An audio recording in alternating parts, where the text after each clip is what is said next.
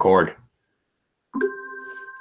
What's going on, everybody? Welcome to another episode of Off the Couch Boxing. I am your host, Reckless Rex Ruger, along with the Alexis Arguello Puppet, a.k.a. El Flaco Explosivo. And I'm your other host, Frank Benjis, a.k.a. Lengthy LeBron, back with another one. Yeah, if you want to call him that. That's one way to put it. And, of course, if you are watching us right now, and it really shouldn't be an if, it should be a, come on, why wouldn't I be watching? But if you are watching us right now, make sure you like, subscribe, and hit the notifications. Our guest is here, so if it can get Benji's to shut up here for a minute. As always, can't get him to clam up, man. We're going to get a real hero in here, man. There he is. So good to have you on here, man. Good to see you. What's up? Chilling, Steve man. Cunningham. And I was just telling my son / co-host, you are to me a real hero though, man, because you served our country, man. So thank you for that. Man, ain't no problem, man. That's what's up. Yeah. My father was a Navy guy too, man. So okay. Yeah. But I want to ask you right off the rip, because you're a guy that shared the ring with Tyson Fury, who's obviously big news right now that the big unification, or the undisputed, fight is not going to happen because of that big cut in his eye. But you, all the way back when you fought him, he wasn't obviously our reigning heavyweight champion and as big of a star as he is now. After all these years and all this time separated from you fighting him, what's your assessment of our heavyweight champion? Tyson Fury, great fighter for the sport, in hyping a fight, no doubt, like one of the best. Should go down as one of the best. Good fighter, in shape, well conditioned. Accomplished a bit. He accomplished a bit, when beating Vladimir, taking those titles. That was dope. Yet, I'm keeping it honest and real. He's allowed to get away with some things that other fighters aren't. The holding, the laying, those things. But and those are what tires guys out. He uses that tactic. It's a great tactic if you're allowed to get away with it, and he gets away with it. But overall, he's a good fighter. He figures out. The great thing about Tyson Fury is he figures it out. If he's in trouble, he will do whatever it takes, being in the lines of the rules or not, in order to not get beat. And man, people love it. So if the people love it, hey, that's it. Well, do you think it's like it is in like the NFL or the NBA? Like, if you're a bigger name, you get away with more. You have more advantages like that. He got away with it during our fight. So, and he wasn't a big name. So I don't understand what that was. Shouts out to or rest in peace to the referee Eddie Cotton. He refereed our fight. He took 2 points. I believe it was 2 points from Fury. But the fight went on, and Fury got the win. But I now I think it's one of those things where this is Fury style, and they're allowed to, hey, that's just what he does. So I got to ask you about one fight in particular, though, and it's obviously we still see this in boxing. We still see decisions that don't make us happy. We see judges' scorecards that don't make us happy. As a fighter, and that mentality and that mindset, how do you move on, from a draw, especially when it's a draw that doesn't sit well with you, which probably most draws don't sit well with a guy. Usually you think you won the fight or you lost. Your draw with Tarver. How do you reconcile that? How do you decompartmentalize it and kind of move on? It took me a long time to move on from that, especially knowing that, he failed the test, after the fight.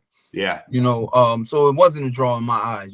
That fight should have been a victory for me, which in turn would have kept me at heavyweight. I was very comfortable at heavyweight. I felt I had the advantage over the big guys. My speed. Being a little smaller, I still was just as strong. I still got pop. People didn't know that until I hit Fury and put him on the ground. A nice moment. Right? A lot of people were like, "Wow, Cunningham, where to get that power from?" And it's like, you know, I saw these fans going back and forth in the comment box of I think it was East Side Boxing years ago, and one of the guys was like, Cunningham doesn't have a lot of knockouts, he doesn't have any power. And the one guy said, yo, look at Cunningham's record, look at who he's been fighting since 2004. I've been fighting former world champions, world champions ever since. So it's like I've been fighting on the elite level as a cruiserweight since 04. Yeah. And man, the guy's like, yo, you're not gonna get knockouts on these elite guys like that. So I mean, unless you're a special, you got Gassiev, I'm sorry, what's the light heavyweight guy that's about to fight? The two tops. Peter Biev and Bivol. Yeah, better be that guy. He's got 100%. I mean, he's look at it, special, Wilder, special power. Very. You know, my thing wasn't power, you know, my thing was being in shape, skills and endurance. But you know, man, it is what it is, you know. I don't know, champ. You look like you could go 12 rounds right now. Oh man, I'm actually working on something. You know, oh yeah, no doubt. I'm always in shape, I'm always ready, man. We saw my bro Austin Trout last night win the bare knuckle championship from the pound for pound best bare knuckle fighter in the world. Yeah. And I'm waiting on my call. I've been talking to them for a while now, you know. And, okay. So that's where you're gonna head over to the bare knuckle. Yeah, that's the plan. That is the plan. I mean, I have for a few reasons, you know, I have a lot of fight left in me, man. I'm always working, I'm always in shape. Age is nothing but a number. The issue with fighters, older fighters, is they have these layoffs in there, but they're not working in those layoffs, you know. Right. They're not working in those layoffs, you know. I train my sons. My oldest son is a pro. He's 2-0. Steve USS Jr. My son, my 13-year-old Cruz, is a 3-time national champ. You know, I just reopened my boxing gym, USS Fight Academy. Follow us on Instagram. Do that. Facebook. Yeah. Yep. And I'm always in the gym working, doing something, running, you know, sparring. So when I get into a training camp, I'm going to jump right back into great shape, great conditioning. And me being older, seeing other things a little bit differently, I'm going to fight better. I'm going to fight more. I'm just going to fight better. That's what I'll say. So in this bare knuckle thing, I would love to get there and do some noise. Now, two would be because I'm trying to raise enough money to buy my own building, you know, for my gym. That's the major goal, you know. That's the major goal. Now, how does a guy like you get into boxing? If we could backpedal for a little bit, were you a guy getting into a lot of fights? Were you a guy getting into a lot of fights as a kid? Yes, completely. Yes. Completely. At least he's honest. Look where I'm from, baby. Look where I'm from. Yeah. How could you not? Right. You know what I mean? So, you know, I got into a lot of fights as a kid, man. For one, it's just a few reasons. The one reason was, you know, I grew up in the African-American neighborhoods, and, you know, there's a lot of self-hate, you know, going on. You know, you're black, you're dark skinned, you're too dark, you're too black. And, you know, and it's like, ah, damn, you know, we fight over that. Your ears are big, you're too skinny. You know, kids are the worst, man. Yeah, they are. Savages. Kids are the worst. Yeah. And but then we moved around a lot, you know. My mom and dad broke up when I was about 7 or 8, and we went with our mom. My dad stayed there, and we moved, man. We moved probably like every year and a half. This neighborhood, that neighborhood. Then we finally settled in one neighborhood, and that's when, you know, as I was moving, I would get bullied here, get bullied there. Yeah, kids are gonna try you when you right. And I wasn't fighting back at 10 and 11 and 12 hit. Oh, that was it. That was it. I was done. I was sick of it. You know, I was like, yo, I gotta go to school. I was getting jumped. You guys would jump me, you know, here and there, and I just started fighting back, and I beat them up. You know, so from there, I was like, damn, I can fight. You know, so and we watched boxing. You know, remember back in the day, ABC, Sugar Ray Leonard, Roberto Duran, Wide World of Sports, the good old days when boxing was free. Right. Classic, man. So yeah, me and my dad, and my brother, we would watch boxing, and my favorite fighters, man, I got to meet them too. Roberto Duran and Sugar Ray Leonard, my all-time favorites. Yes. You know? Shout out to Sugar Ray, and of course, me and Benji's will certainly shout out his book, which we both enjoyed. He did the audio version of it as well. Oh, wow. And I mean, come on. I mean, what's better than listening to Sugar Ray tell you his life story? You know, I mean, boy, was he candid too. Yeah, very candid. I love the fact that, shout out to Sugar Ray because he knows how to write a book and knows how to tell a story, and he didn't even leave out any of the dark parts of his life, which I appreciate when a guy can be honest like that. That's real. That's what's up. We all got dark spots. So we all do. So you would say that's the first guy for you, that first guy that you ever put up on a pedestal as like that boxing idol for you was Sugar Ray? But I say the first one was Roberto Duran. Really, he was the first, but Sugar Ray was right. Came right within that same time, because that's when I can recollect like the fighters that I was watching, and for some reason Roberto Duran's guts, it's just like, oh, this dude is tough. Oh man, he's beating this guy. And then I seen Sugar Ray Leonard and was like, yo, that's like his body of work was beautiful. Yeah. Versus Duran's rough, go get him, kill him. Then you had Sugar Ray Leonard, sweet speed, movement. And knock you out. So, yeah, man, it was beautiful. All right, so I guess he walked himself right into that one, Benji. So we got to ask you, because it's still such a polarizing decision, man. Who actually won the fight between Hagler and Sugar Ray? Tell us, Stevie, please. The debate goes on. I give it to Sugar Ray, man. I give it to Sugar. Wow, we haven't heard a Sugar Ray one on here in a while. We've been getting a lot of Haglers lately. I might be a little biased, but yeah. Hey, listen, you're among friends here, man. We scored it for Sugar Ray too, man. Yeah, but we take a lot of flack for it. Of course. I mean, that's just like I scored the Devin Haney Lomachenko fight for Devin. I mean, I did a video about it. I detailed why, and people just that fight. Whenever that fight happened months ago, I still get comments on it now. You stupid. You must be blind. I think the same can be said for that fight as the Sugar Ray Hagler fight. If you would have said 115, 113 either way, I wouldn't have argued with you. Now, now here's the thing. I watched that fight 3 times, and it took me about an hour and a half to make my video. I scored every punch. I'll tell you the truth. I could only get Lomachenko 3 rounds. I'm telling you. Wow. Once you watch that fight, once you rewatch that fight with no audio, and you score, and not just scored on punches landed, you scored on ring generalship. Who was controlling the flow? Who was evading in defense, and who was landing the most punches? Man, listen, Devin Haney, he shut Lomachenko down to where Lomachenko. That's an interesting point. That's an interesting point. And people have told us on here before, the key is to watching it with that damn sound turned off, man. Yeah. Those guys can really sway you into mentally thinking that you're not. For me though, that's not even the problem, because I'm already swayed one way. I'm a Loma fan, so I would have been biased anyway. Yeah, it's tough. See, this is the thing. I'm a Loma fan. I love to watch him work, like Sugar Ray Leonard. It's like music, when you watch that guy work. Yeah. Devin Haney, I'm really not into the newer. I really wasn't into the newer guys, the Tank, the Haney, the Garcia. Like really watching and researching and observing them. That fight is what really put me on Devin Haney. Like, whoa, look at what this kid's doing. Like, he really listened to his trainer's dad. Yeah. His dad said it from the first round in the corner. Go to that body. That's what we here for. And him going to that body early took those legs, those special dancing legs, away from Lomachenko, and Lomachenko was fighting like a regular fighter. I'm glad you're bringing up the young guys. Is it still Canelo, or is it somebody else? Like, who is the face of boxing right now? All these guys all seem like they're jockeying to want that position. It's Canelo. Like hands down, it's Canelo. Javante, I'm sorry, he's got a whole new name. Forgive me for saying it wrong. I don't know it, but so I just call him Tank. Tank is he's a fan favorite. He's a huge fan favorite. I'll probably say he's number 2. He's probably in line for, if Canelo left boxing, it would move to Tank, Yeah.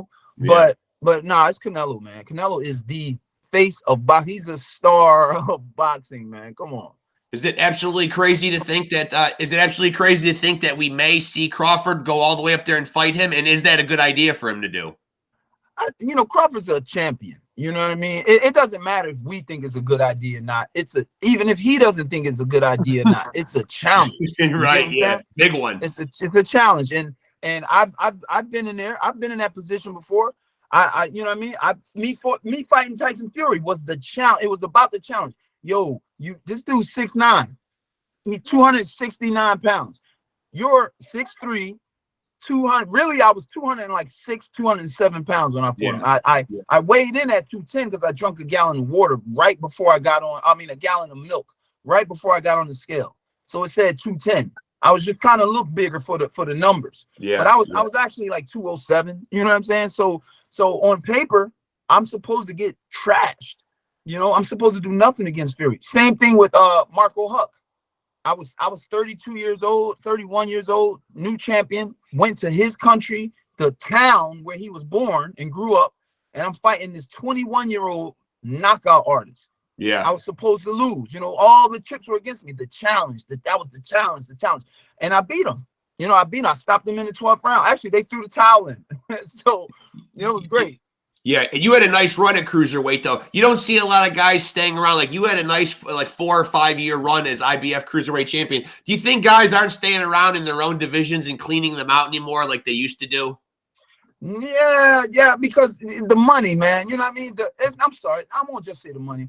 It's the accolades. You know what I'm saying? Hey, I'm a 2-division world champion. Now, you know, I wanted to be a 2-division world champion, cruiserweight and heavyweight, but you know, it didn't work out. But you got those little guys, 147 can move up to 154 easy.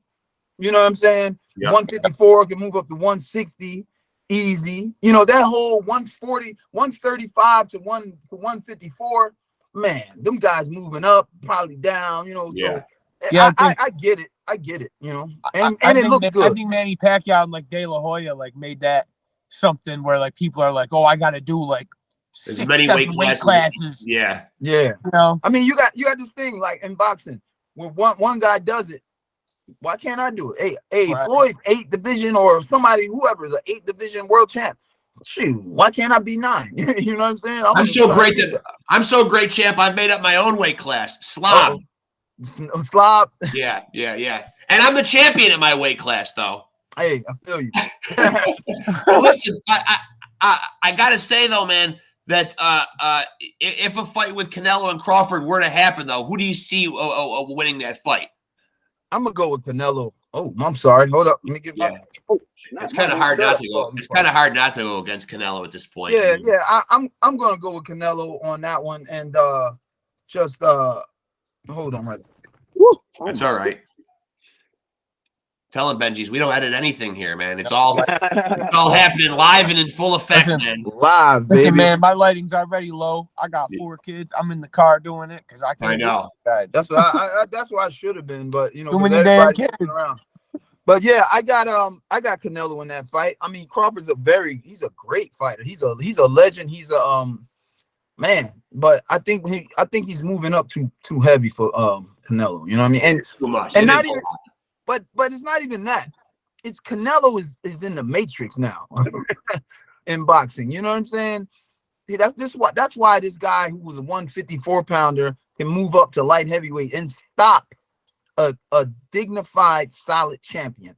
Yeah. You know what I'm saying? Like in Kovalev. Like so those little guys, I mean, you know, and I called Crawford 160, 154, 140. Those guys trying to fight Canelo are little compared, you know, in his mind. Those punches, his defense, boom, boom, boom, he just blocks it. Nothing's gonna hurt that guy, you know. Yeah. I'm it's curious gonna have to be a light heavyweight. I'm curious to ask you about, like, you know, because we were talking about Fury earlier. Yeah. So like fights like Fury and Ngannou, or like Jake Paul fighting, like, what do you think of that kind of stuff? So I mean, at first I was like, man, you know, I was on the same page as everybody else, you know. This is bullcrap YouTuber. But then I actually was part of one of Jake Paul's fights. I was on the undercard. I fought Frank Mir. That's right. Yeah. I saw that on your resume, and I thought, was that on a Jake Paul card? Yep. That was the Jake Paul card. That was Frank Mir's boxing debut. Yes. So he was actually supposed to fight Antonio Tarver, but Tarver couldn't get licensed because he was still suspended because of the PED test from our fight. He never paid the penalty. Oh, he never paid the penalty for that. So they came to me. They're like, hey, Cunningham, listen, we know you're always in shape. We got 3 weeks. Can you make this? I was like, hey, how much? What? Heck yeah. You know, so this is what I'm saying about Jake Paul. On the undercards, you have real fighters. And let's say my fight wasn't even a real fight. You know, I'm fighting Frank Mir, MMA guy. Great. That's cool. But you had Prograis on there. You had a few other real fighters on the undercard, you know, real fights. Yeah. Let's say my fight was just a little circus act, you know what I mean? And Jake Paul's was. But out of that, you had 8 other fights that were solid boxing matches. And we got paid. And I mean, I made the most. I made 6 figures for fighting Frank Mir for 6 rounds, and it was like sparring. Yeah, it we was talked about that on here before, man. man. People do get paid on Jake Paul cards, man. Right. You were saying that earlier. Yeah. Right. So Jake Paul, what I deduct from Jake Paul being in the boxing, then after the Frank Mir fight it's good because everybody's focusing on his fight. Oh, this is bullshit. Da da da da. Look at the undercard. This dude is he's opening the door for real fighters to get opportunities. That's one of the issues with boxing. There aren't enough opportunities for the fighters to go showcase their skills and or just make money. And he's got another avenue. Now he's created a whole promotional company, and he's the first promoter to get $1 million for a female fight. Come on, man. Hats off to Jake Paul. Yeah, hats off. I'll applaud him with you, man. Absolutely. Yeah, he's out there doing his thing. He's out there doing his thing. Man. I mean, you can't begrudge a guy for getting paid, especially if he's getting other people paid. I mean, right. So, and I went into training camp with him 2022, I believe, and or 21, whichever. These years are going so fast, it's unbelievable. Yeah, but I went to Puerto Rico, and he wanted me to spar, and I sparred with him, man. And the first time we sparred, I'm like, let me see what this dude's about. And I'm just watching his body move, and I'm like, yo, he looking decent. Yeah, throwing his punches decent. I mean, there's no bull crap. He's there to learn. He's telling his trainers, tell Cunningham, turn it up on me, because I was most definitely working light. Yeah, but he wanted me to go on, so I turned up on him, caught him a good body shot. He felt that, but the young man really wants to be a boxer. Like, he's not. This isn't just him making money. He's really in training camps, like working his ass off, like no bull. I was going to ask you about life after boxing, but in lieu of the fact that you're talking about a possible bare knuckle fights, I guess you're not done though. But how has life been since stepping away from the ring? How do you keep yourself busy? Are you still involved in the sport at any level? Yeah, I mean, people think I'm retired because they haven't heard from me. But I mean, in 2017, I fought Andrew Tabiti on the undercard of Mayweather McGregor. Yep. And I lost that fight. I thought I should have won, but you know how it is. It is what it is. He won. He got the fight. Congrats. And I was disappointed. I was depressed. My mom had died earlier that year. I was in a bad place mentally.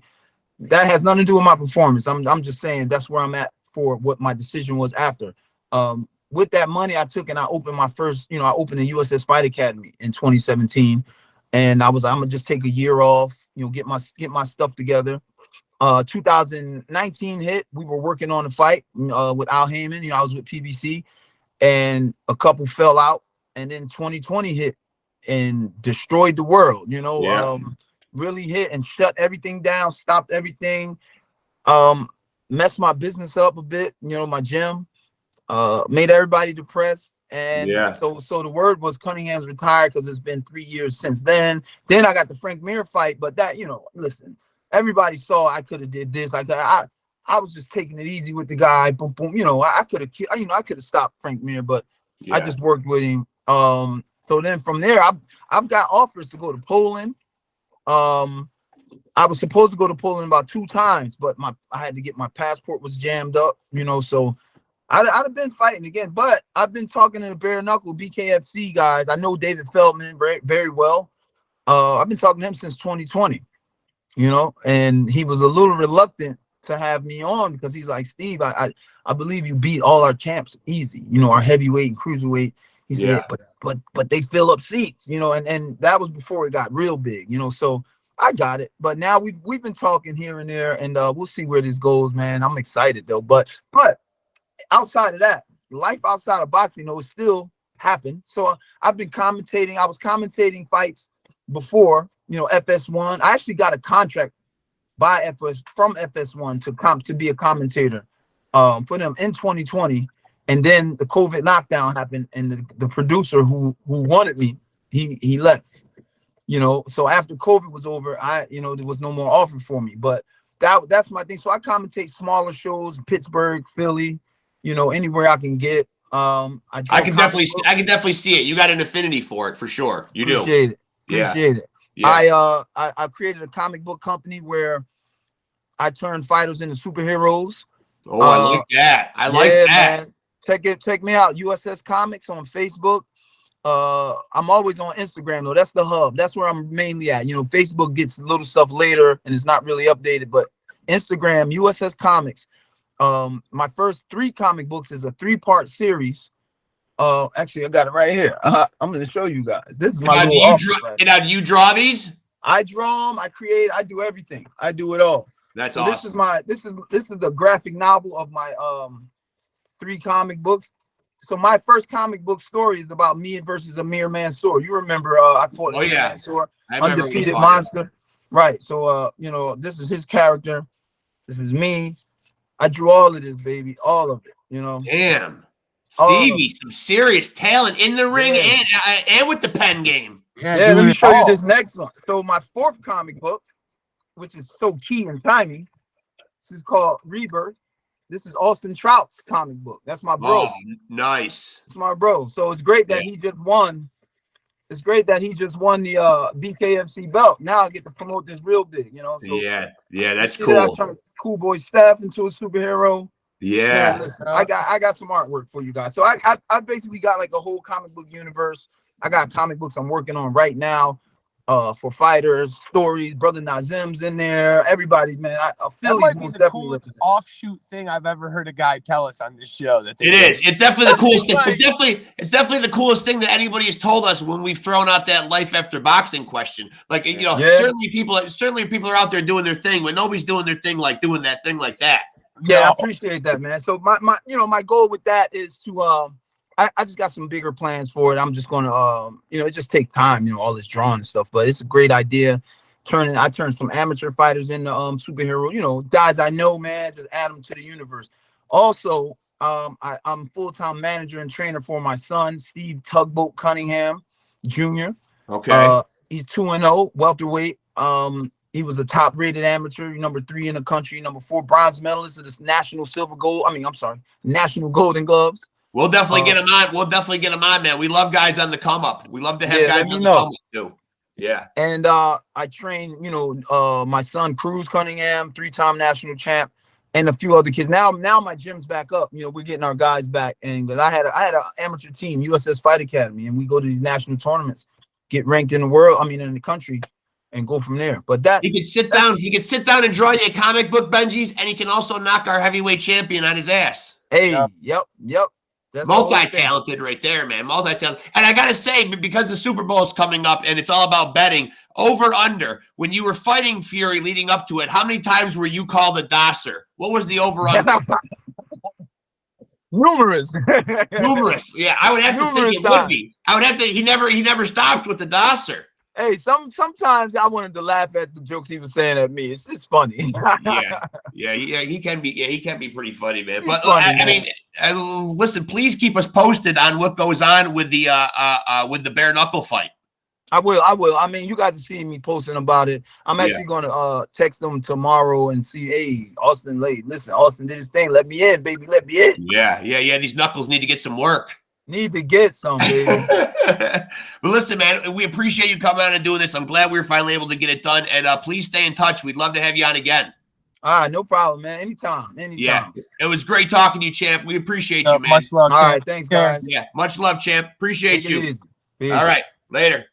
Yep. And once again, who's doing it for you? Off the Couch Boxing is doing it for you. Those comic books, though, were fun. I know. Fire, right? Those shits were chops. I know. No shit, dude. No shit. I know, man. I mean, dude, that's some talent, man. That's. But hey, I gotta hop right on here and say, because I know we got another one from Baby Busey to Gary Busey. I can go 15 seconds with anything. Yeah, and big thank you to Steve USS Cunningham. That was your IBF Cruiserweight champion from 2007 to 2011. That's a run, folks. That is a run, and he did beat Antonio Tarver. He was nice and didn't want to say it, so I'll say it for him, man. And he also knocked our current heavyweight champion flat on his ass. And a very cool, articulate guy doing cool shit. Yeah, he's got chops. So I will remind you to follow us and like us on Facebook. like and subscribe and hit the notification bell. And if you want to be a champion, you got to roll with the champs. Peace.